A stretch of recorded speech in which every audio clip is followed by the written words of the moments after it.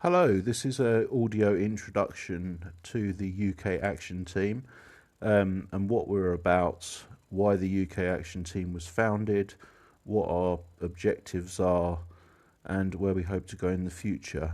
It is only going to be a short introduction because I want to keep it.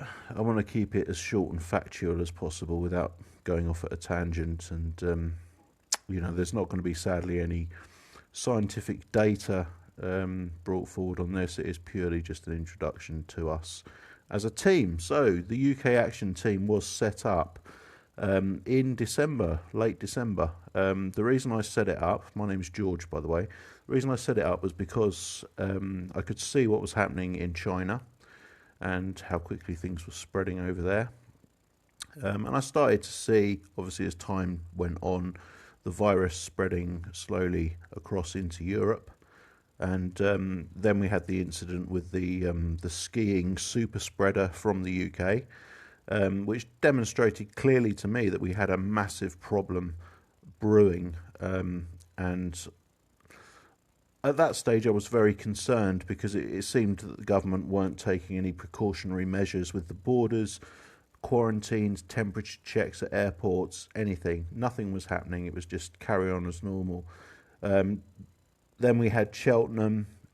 Kelvin Fitzsimmons, who is an ex-Hollyoaks actor and a good friend of mine, he got involved with that and actually went on the radio and tried to get some of the facts from the scientific data that we had at the time out into the public domain. I think that was the first time that we realised that we had a big problem on our hands, because no one in the media or the government particularly wanted to really listen. People just thought, oh, it's not as bad as it seems. It's it's in China. It's not going to ever happen as bad as that here, and sadly it did. And as time progressed into March, we saw the same thing over and over again, the same mistakes being made by the government. They weren't looking ahead. They weren't looking at what was happening in other countries and taking action based on that, or even, a lot of the scientific data was being ignored. They were waiting for things to happen. They were waiting for cases to go up, and until things in this country actually got to the point where they couldn't not make a decision, that was when they decided to act. And in my mind, that's ridiculous. I mean, you need to look ahead. You need to look at the data. You need to be proactive with something like this. And unfortunately, with Cheltenham, it did cause a lot of spread and it caused a lot of deaths. And then it got into the care homes, and we saw the same mistakes again. No proactive response at all, sending people into care homes with no tests. And it just got worse and worse. And I think even the lockdown, the lockdown was too little too late at the time. They locked down when things had probably gone 4 weeks over what they should have gone over. They should have locked down 4 weeks earlier. There's no question of that. If they had done, there wouldn't have been so many deaths. And the same situation now with the schools. It's spreading like wildfire in our schools and universities. The children that we're supposed to keep safe are on the front line now. They're getting infected. They're getting sick. This is absolutely disgusting what the government are doing. So, yeah, that's kind of where we're at. And that's really the reason that we set the team up, was to try and get some of the scientific data into the public domain. And obviously now there's a lot of other people doing the same thing, so actually obtaining the scientific data isn't quite as difficult as it was back in late December and January.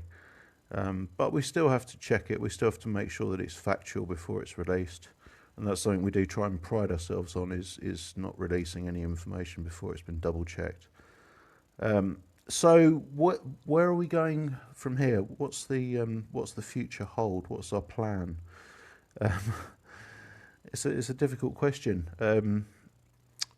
I didn't really want to get political with the site because I wanted to try and stay as independent as possible. But as time went on, I realised that it was near enough impossible to actually contact the Tory MPs directly and get anyone to listen. And as any of you know that have tried to, contact your MP or reach out to them on Twitter, that they don't answer, which is a big problem. So we thought, I mean, Kelvin's very involved with the Labour Party. He always has been. So I think in my mind, it was a situation where we thought, well, if we can get the scientific data and information to the Labour Party MPs, and then they can get that out to the government, then that is a better route forward than not having that channel available. I've never voted Tory myself. I do support the Labour Party. Coming from an ex-military background, there are certain things obviously in the past that I didn't agree with the Labour Party, with regards to the Iraq War and Afghanistan. But I think they're turning a corner now. I think they're probably a better chance for the country than what we have now.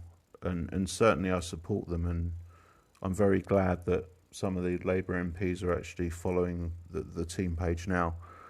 And, I can see now some of the information is getting across. So, that's a good thing. I thank them for that. I really do. I thank them from the bottom of my heart for that. And all the other doctors that have got involved. In particular Devi, I mean, she's got involved as well. And I really can't thank them enough because, we need people like that, doctors, lawyers, to actually get the information from us out into the public domain and make a difference. So that's where we're at. We're hoping to do a recorded Zoom meeting tomorrow, which we're going to record and post onto YouTube. And obviously you can carry on following us, or if you don't follow us already, then please check us out at Twitter. We are the UK Action Team, and our handle is Labour Support UK with a capital L and the rest in lowercase. Hit us up, see what we're about, check out some of the information, and it's basically a support hub, so anyone's welcome and anyone can join in and share information. And a massive thank you to all of you that are following already. That's all for now, so take care and thanks for listening. Bye bye.